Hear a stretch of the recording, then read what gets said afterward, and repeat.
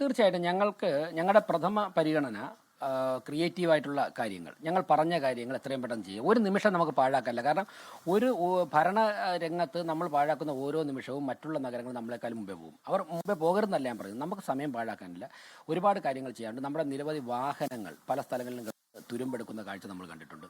അതോടൊപ്പം തന്നെ കോർപ്പറേഷൻ്റെ ഒരുപാട് ബിൽഡിങ്ങുകൾ ഒരു 40 വർഷം 50 വർഷം മുമ്പ് നിശ്ചയിച്ച വാടക കരാർ അനുസരിച്ച് ഇപ്പോൾ 250 രൂപയ്ക്ക് ഒരു മാസം വാടകയ്ക്ക് കൊടുത്തിരിക്കുന്ന കെട്ടിടങ്ങൾ ചാലയിലുണ്ട്.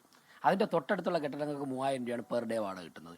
ഞങ്ങൾ പരിശോധിച്ചപ്പോഴേക്കും, ഞങ്ങൾ ഫിനാൻസ് സ്റ്റാൻഡിംഗ് കമ്മിറ്റി BJP ആണ് ഭൂരിപക്ഷം, ഞങ്ങൾ പരിശോധിച്ചപ്പോഴേക്കും 40 വർഷം മുമ്പാണ് ഇത് കരാർ കൊടുത്തത്. തൊട്ടടുത്ത കെട്ടിടത്തിൽ ഒരു മാസം 30,000 രൂപ 3,000 രൂപ ഒരു ദിവസം വെച്ചിട്ട് ഏകദേശം 90,000 രൂപ കിട്ടുമ്പോൾ നമ്മുടെ കോർപ്പറേഷൻ ഉടമസ്ഥകളിലും ഒരു മാസം കിട്ടുന്ന 250 രൂപയാണ്. 90,000 രൂപ വ്യക്തിക്ക് കിട്ടുമ്പോൾ കോർപ്പറേഷൻ കിട്ടുന്ന 250 രൂപ. ഇത് പരിഷ്കരിക്കണം.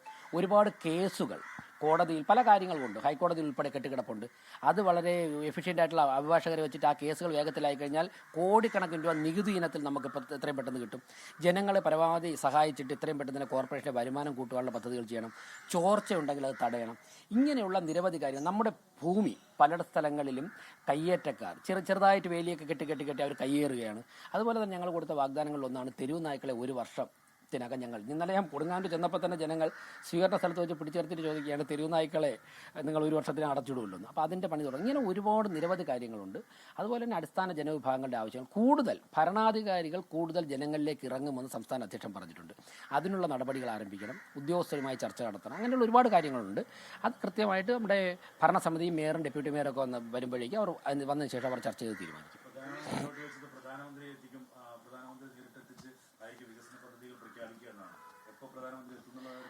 ഇപ്പോൾ പ്രധാനമന്ത്രി 45 ദിവസത്തിനകം എത്തും എന്നുള്ള കാര്യം ഞങ്ങൾ പറഞ്ഞതില്ല. അതായത് ഇന്നലെ ഇന്നിപ്പോൾ 1-ാമത്തെ ദിവസം ആവുകയാണ്. 45 ദിവസം എന്ന് ഞങ്ങൾ പറഞ്ഞതിൽ ഒരു വ്യത്യാസം ഉണ്ടാവുകയില്ല.